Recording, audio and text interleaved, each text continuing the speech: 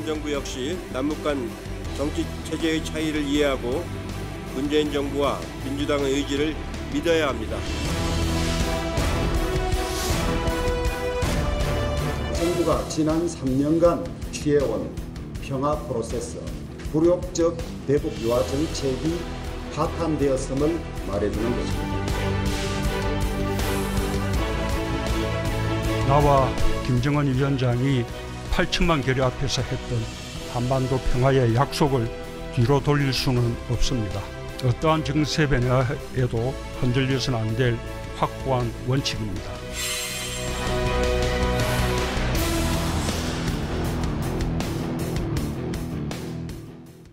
나라 상황이 어렵습니다. 국회의원 8번, 장관 2번, 원내대표 2번, 청와대 비서실장 1번, 박지원, 이재호 두 전 의원의 지혜를 좀 들어보겠습니다. 어서 오십시오. 예, 안녕하세요. 오랜만입니다. 오랜만입니다. 낙선 거사로 처음 나오고. 굳이 또 그 한참 지난 이야기를. 두 달밖에 안 됐어요. 단국대 석좌 교수 박지원 전 의원 자리하시. 교수는 정치구당 하죠, 계속. 뭐든지 좋습니다. 네, 나와 주셔서 고맙습니다. 진심으로 고맙습니다. 원구성 속보부터 살펴보겠습니다. 협상은 안 됐습니다. 사실 뭐 주말 사이에 특별한 협상 노력도 없었던 것 같고요. 네. 일단 6시에 본회의가 열린답니다. 상임위원장 몇 자리는 여권에서 그냥 단독으로 의장 단독으로 직권으로 뽑을 것 같습니다. 어떻게 보십니까? 뽑아야죠. 뽑아야 합니까? 이제 민주당에서도 통합당에 충분한 기회를 줬고 네.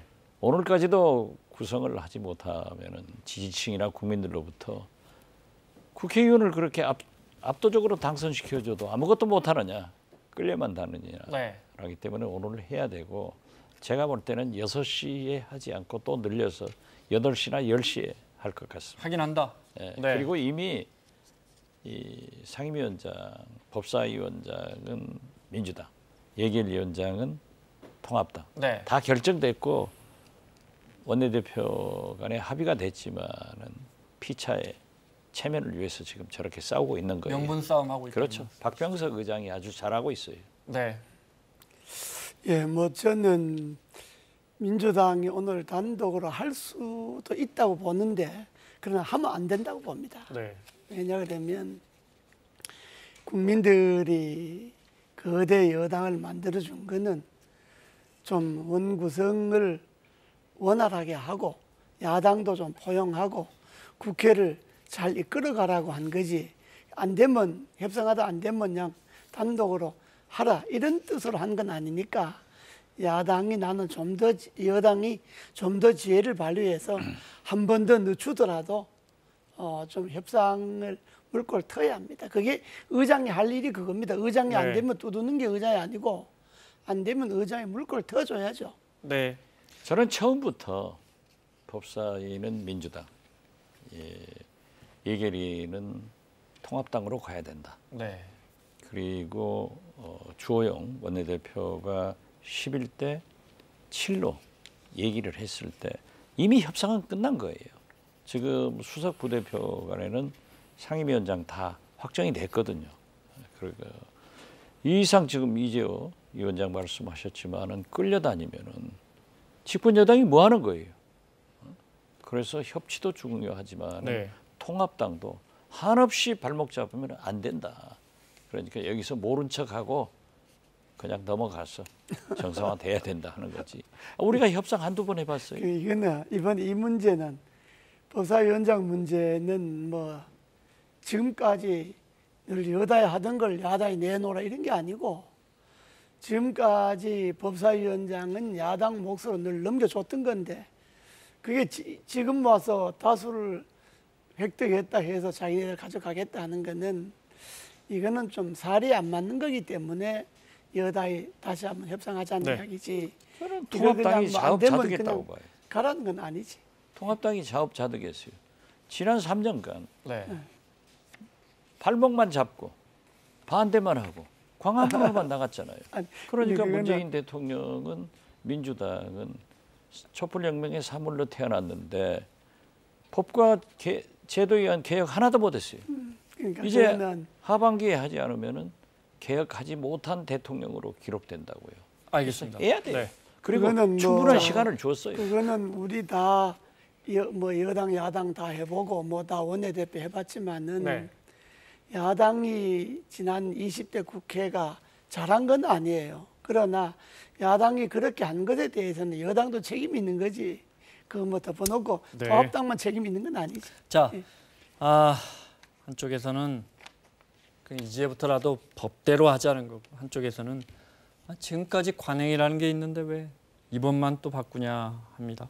법대로가 아니고 네. 지금까지 충분한 협상을 했고 시간을 네. 줬단 말이에요. 네. 다 합의해놓고 이제 또 발목 잡으니까 박병석 의장이 마지막 주말 3일 더 해봐라. 진전이 없으면 오늘 때려야죠. 언제까지 끌려가? 알겠습니다. 자, 이해찬 대표와 주호영 원내대표 이야기 이어서 들어보겠습니다. 심지어 법사위원장이 투표하러 나가는 의원을 방에 감금하고 소파로 문을 막는 모습을 우리는 텔레비전을 통해서 똑똑히 보았습니다. 통합당은 20대 법사위를 가지고 국회를 식물국회로 만들었고 결국 동물국회로까지 마감하게 되었습니다. 통합당은 법사위를 운운할 자격도 견제할 염치도 없습니다. 민주당은 이제 갈 길을 가겠습니다.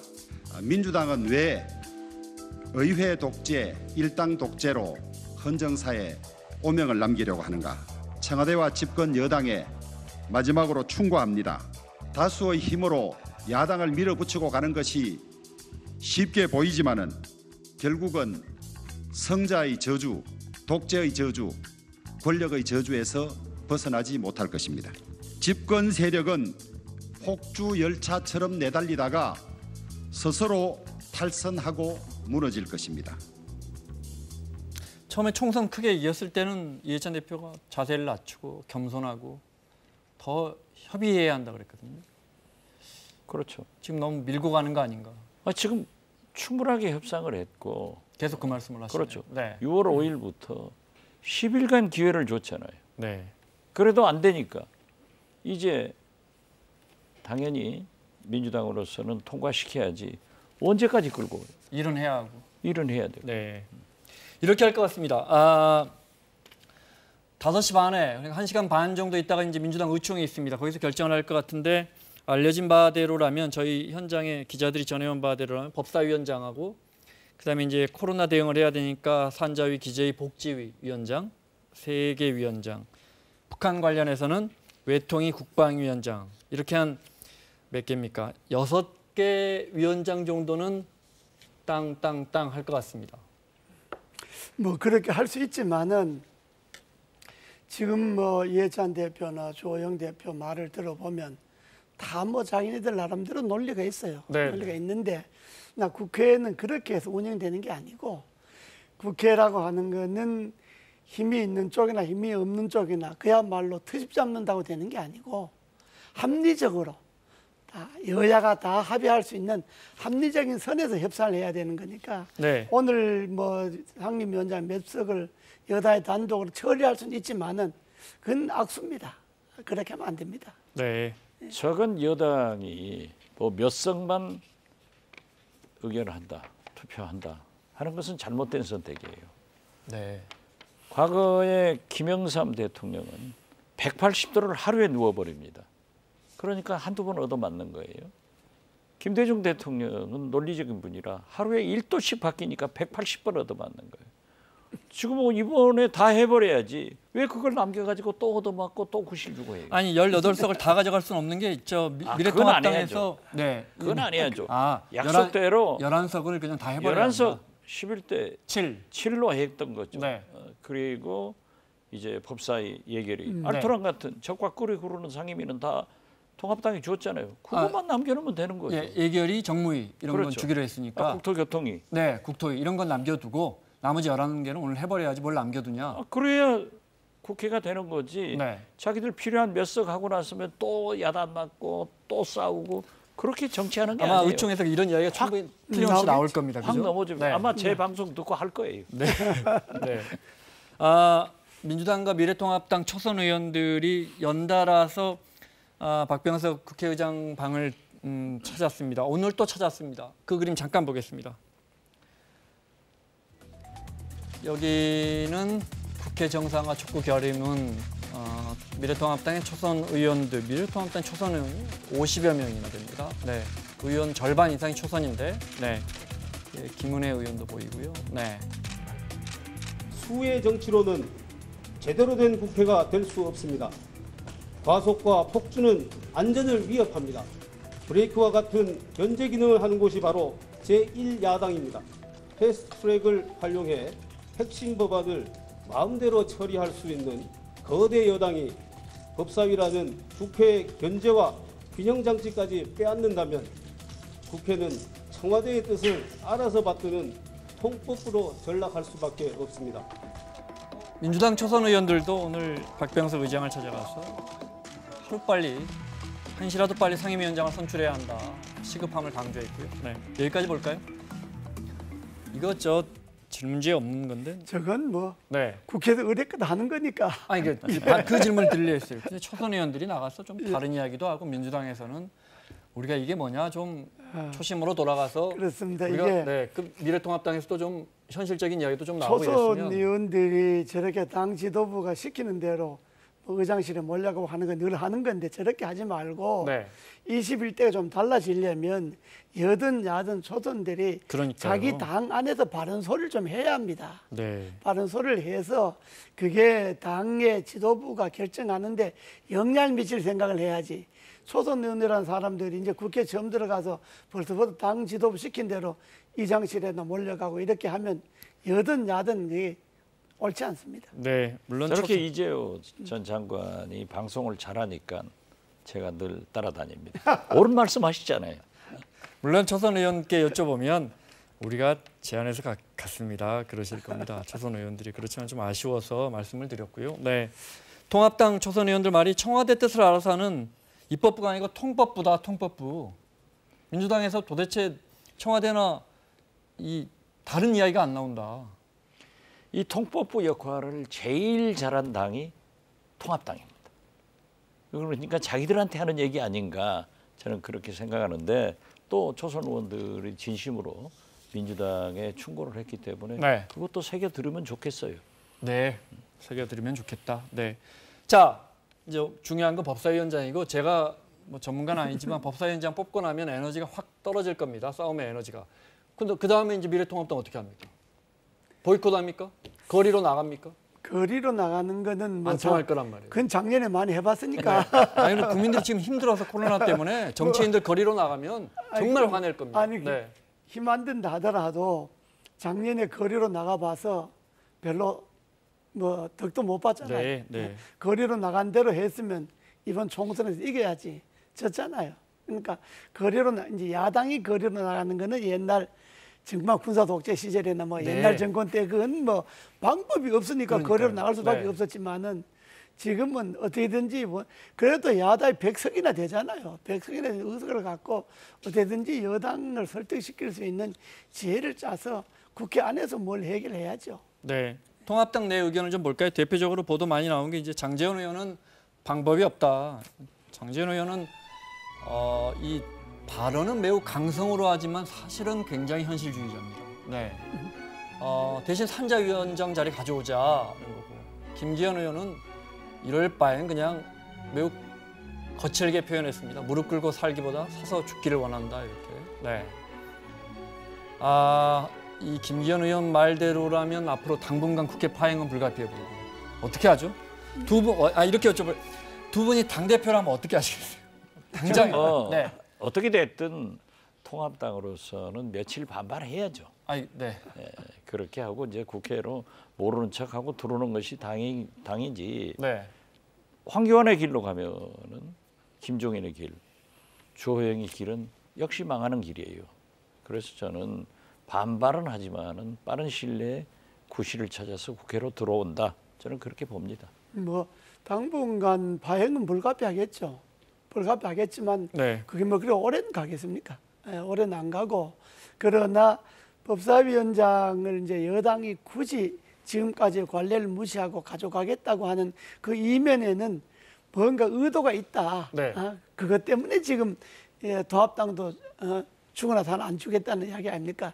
사실 법사위원장 뭐 주나 안 주나 뭐 다 우리 국회 운영해봤지만 그 뭐 큰 문제가 아니거든요. 뭐 여당이 갖고 간다 그래서 자기네들 마음대로 할 수 있는 것도 아니고 기본적으로 우리는 여야가 합의를 해야지만 본회의에 야당이 올릴 뭐 수 있습니다. 법사위원장 네. 가져간다 그래서 또 마음대로 할 수도 있는 아니고 어차피 21대가 합리적으로 한다 그러면 그건 큰 의미가 없는데 지금 이제 현재 여권으로 봐서는 걸려 있는 권력형 사건이 많잖아요. 네. 울산 사건 뭐 이런 사건들이 많은데 이 살아있는 권력에 대한 비리나 이런 문제에 대한 것을 여당이 법사위를 맡아서 그걸 좀 어떻게 자기네들 뜻대로 해보겠다 이런 의도를 갖고 있기 때문에 네. 안 된다 막 이런 이야기니까 그런 것에 대한 야당의 오해를 여당이 풀어주든지 뭐 해야지 그렇지 않고 덮어놓고 그냥 법사위원장 후만이 가져간다 이거는 아마 상당히 좀 국회 진토에 클 겁니다. 그 이면에는 공수처 관련 법안도 지금 공수처장 임명에 대한 그렇습니다. 법안 이런 거 다 예. 통과가 안 됐는데 예. 이런 걸 끌어가려면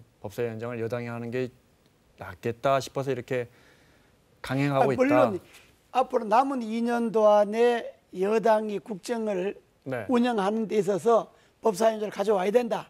안 그러면 또 발목 잡혀갖고 아무것도 못한다. 이런 속셈이 여당에 있는 거고 네. 야당 그러기 때문에 당신들 마음대로 끌고 가려고 하기 때문에 우리가 견제 차원에서 법사위원장 반드시 야당해야 된다. 이런 거기 때문에 이게 그냥 법사위원장 자체만 놓고는 여야가 네. 타협이 잘 안 될 거예요. 그 뒤에 담겨져 있는 배경에 대해서 서로 털어놓고 한번 이야기를 해야 될 거예요. 두 분 같으면 그게 됐을 것 같아요. 제가 볼 때는 법사위원장을 차지해서 지금 현재 여당에 뭐 걸려 있는 여러 가지 검찰 문제를 해결하려고 하는 것 아닌가. 이건 통합당이 집권을 했을 때의 일입니다. 지금 검찰을 권력이 지배하는 네. 그런 시대는 아닌 것으로 알고 있고요. 공수처장만 하더라도 저는 이렇게 첨예하게 대립하면은 공수처장 임명이 굉장히 어려워질 거예요. 네. 네. 왜냐하면은 추천위원 7분을 선임하는데 그 중에 2분은 야당의 미래통합당. 추천이 네. 돼요. 그리고 그 추천위원 중 6분이 합의가 돼야 청와대에 상정하는 거예요. 네. 미래통합당 2명이 반대표 던지면 안 됩니다. 안 되죠. 네. 그렇기 아니, 때문에 우선 추천을 안 해버리면 구설을 못하죠. 구성을 못하죠. 그렇습니다. 네. 그렇기 때문에 저는 아니 박근혜 대통령 국정농단 때도 야당인 제가 추천해서 박영수 특검이 네. 됐고요. 이명박 대통령 세곡동 내곡동이죠. 네. 거기 이 땅 문제도 야당이 특검을 추천해서 대통령이 임명했는데 성공했단 말이에요. 네. 이광범 특검이죠. 네. 그렇기 때문에 저는 지금 이렇게 원이 출발하더라도 과거의 구습은 버려야 국회가 성공한다. 네. 그런 의미에서 저는 잘 협치를 해나가야지. 네. 지금부터 저렇게 뭐 싸우면은 되겠어요. 알겠습니다. 법사위원장 꼭 가져가려는데 다른 속셈은 없답니다. 지금 말씀하신 대로 그런 것에 대한 피차 간에 여당이 네. 야당의 확신과 믿음을 줘야 되고 네. 그런 어떤 깊은 이야기를 좀 주고받아야지 단순히 법사위원장 놓고 당신들이 갖는 우리가 요거 싸움 갖고는 해결이 네. 안 되고 야당이 왜 법사위원장을 꼭 하려고 하느냐 하는 것에 네. 대한 그 이해를 여당 시켜. 알겠습니다. 자, 6.15 이야기하겠습니다. 오늘 6.15 선언 20주년입니다. 벌써 20년이 흘렀습니다. 정말 6.15 선언의 뭐 당사자 중에 한 분이세요. 어젯밤 잠을 못 주무셨다고요? 주인공이 계시니까. 네, 뭐 2, 3일간 잠을 못 잤습니다. 이게 20년 전 제가 특사를 했을 때 네.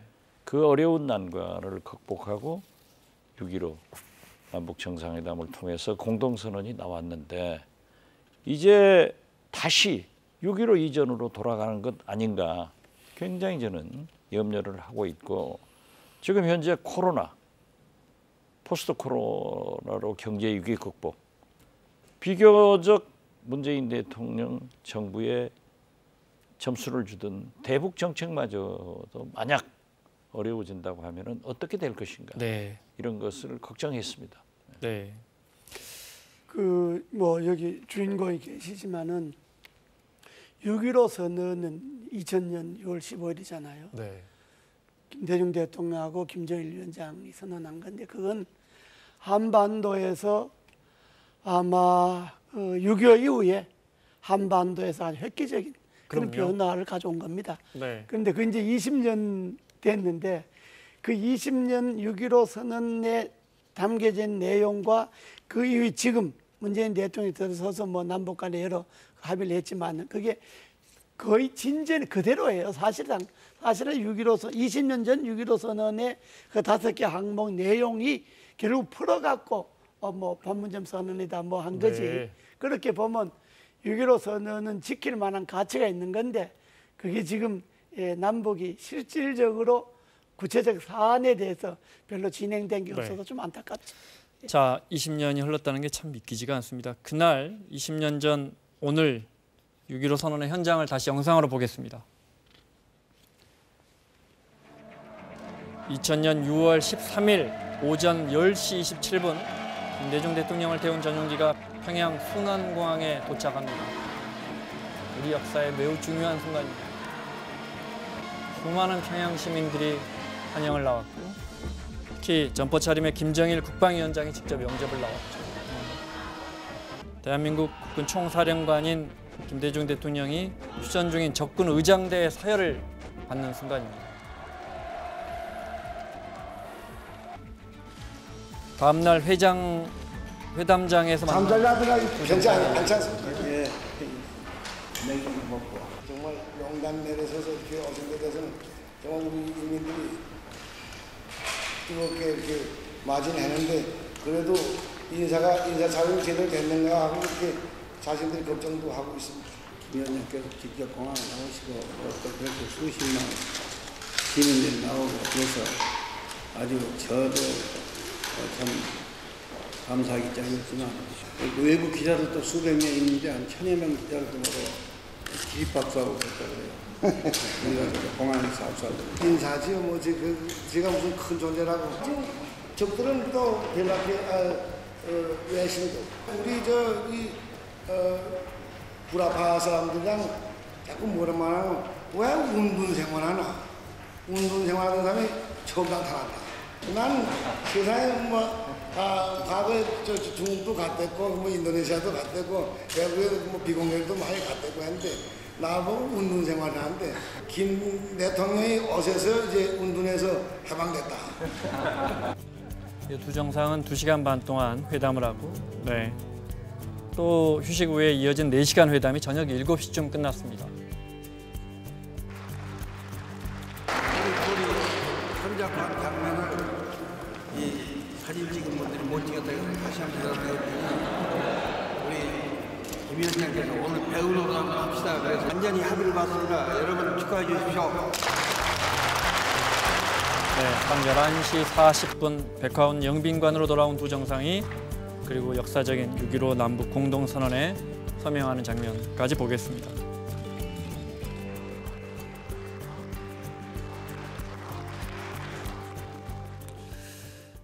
영상 편집하시는 분들이 좀 의원님 오늘 출연하신다는 거 알고 좀 밑그림에 좀 넣었어야지. 오게 티가 있네요. 제가 보면서. 특살은 안 보여야 좋습니다. 네. 그런데 지금쯤 이제 제가 순안공항에서 서울에 도착했을 시간인데요. 네. 사실은 6월 14일에 서명을 했어요. 6.15 공동선언. 그러네요. 네. 13일부터 15일까지니까. 그렇지. 네. 그런데 그 14일 자정 전에 했는데 김정일 위원장이 날짜를 치고 치면서 꺾어진 날이라고 합시다. 그래가지고 15일로 고쳐가지고 6.15가 6.15 선언입니까? 네. 6.14보다 6.15가 낫지. 네. 의원님 방도 615라고. 네. 왜 이러는 거예요? 자, 그것 좀 여쭤볼까요? 시간이 얼마 남지 않아서 왜 이런다고 보십니까?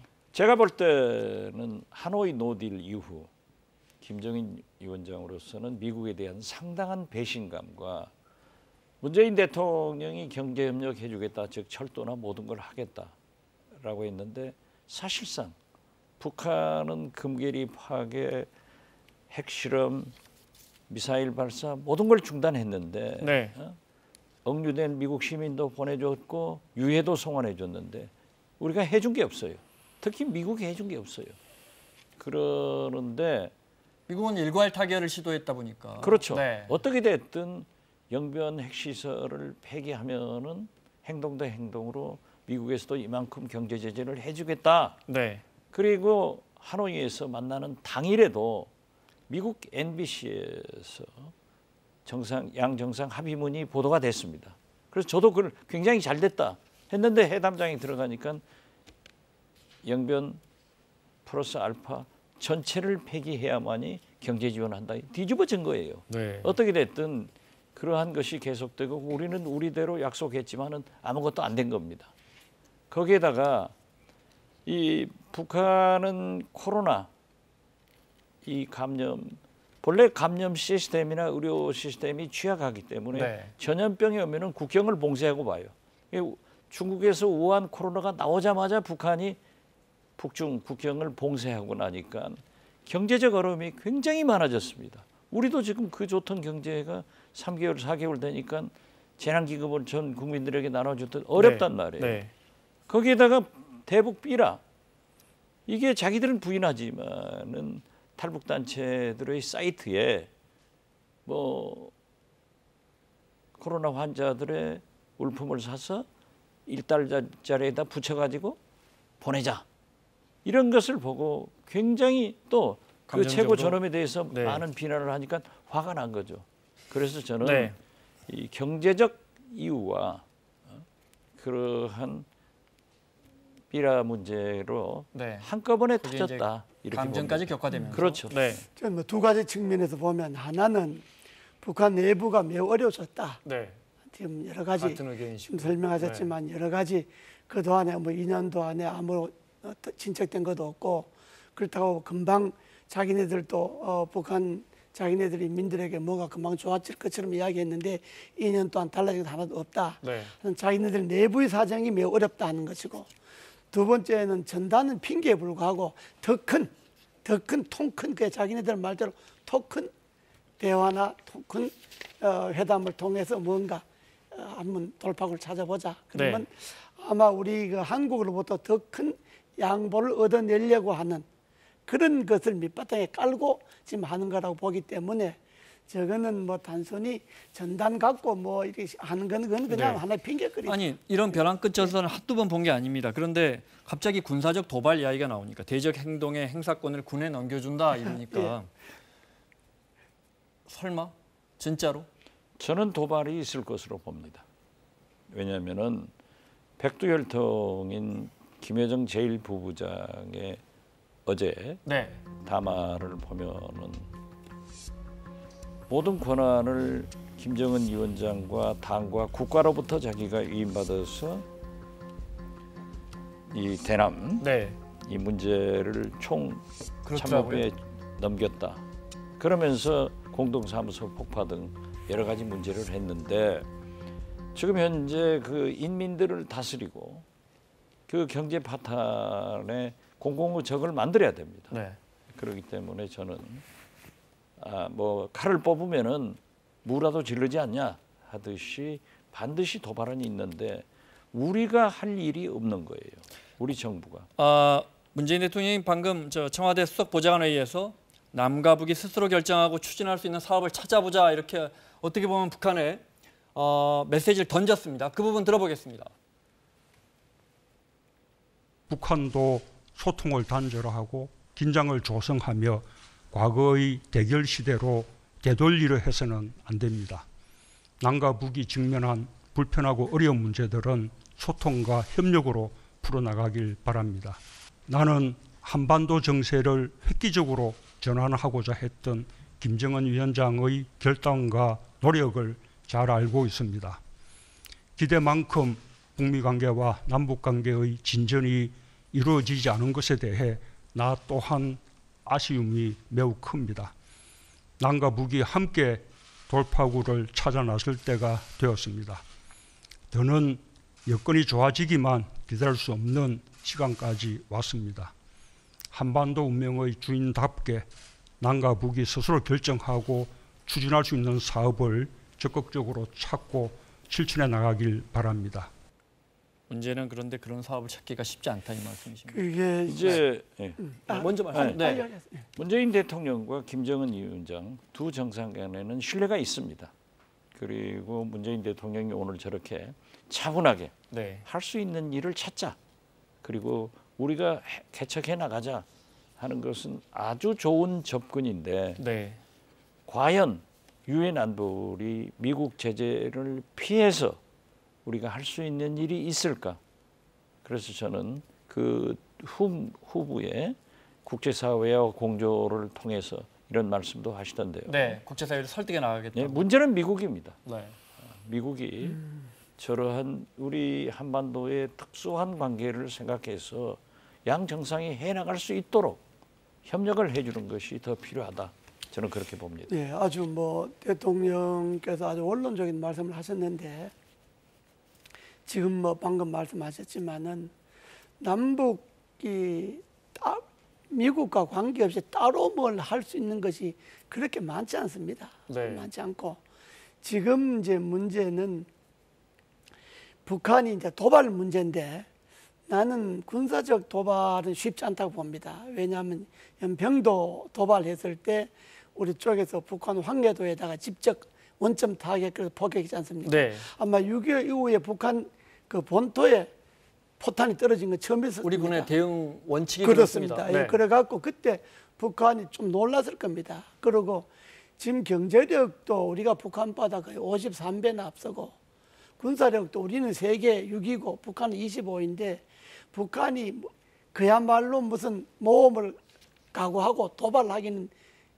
쉽지 않지만은 그러나 가만히 있지는 않겠죠. 뭐 하다못해 미사일이라 쏘긴 쏘겠죠. 네. 그러나 이때는 정말로 남북이 미국과 관계없이 우리끼리 주고받은 걸 뭘 하려면 북한도 자기네들이 대한민국에 대한 이해를 해야 됩니다.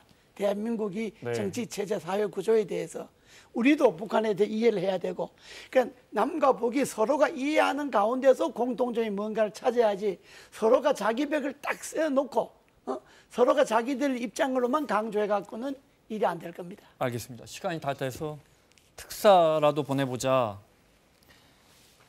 가능해요? 지금 남북 간에 뭐 이렇게 연결 채널이라도 있습니까? 아무것도 없죠. 통신마저도 단절되고 네. 저는 왼수가 코로나라고 생각해요. 코로나 때문에 올라갈 수도 없고 내려갈 수도 없고 네. 미국에 가서 설득할 수도 없고 갈 수도 없고 올 수도 없는 이러한 형국이기 때문에 당분간 문재인 대통령께서 말씀하신 대로 노력하면서 그래도 방호복이라도 입고 특사가 만나서 물꼬를 터주려야 된다. 네. 그리고 한국, 북한, 미국 세 정상 간에는 신뢰가 지금도 있어요. 그 일을 해결하실 분은 문재인 대통령밖에 없기 때문에 야당에서도 너무 지나친 비난하는 것보다는 지금은 위기니까 네. 함께 모아서 힘을 실어주자 이렇게 말씀드립니다. 알겠습니다. 시간 때문에 마무리하겠습니다. 박지원, 이재호 두 전 의원과 함께했습니다. 수고하셨습니다. 네, 감사합니다. 감사합니다.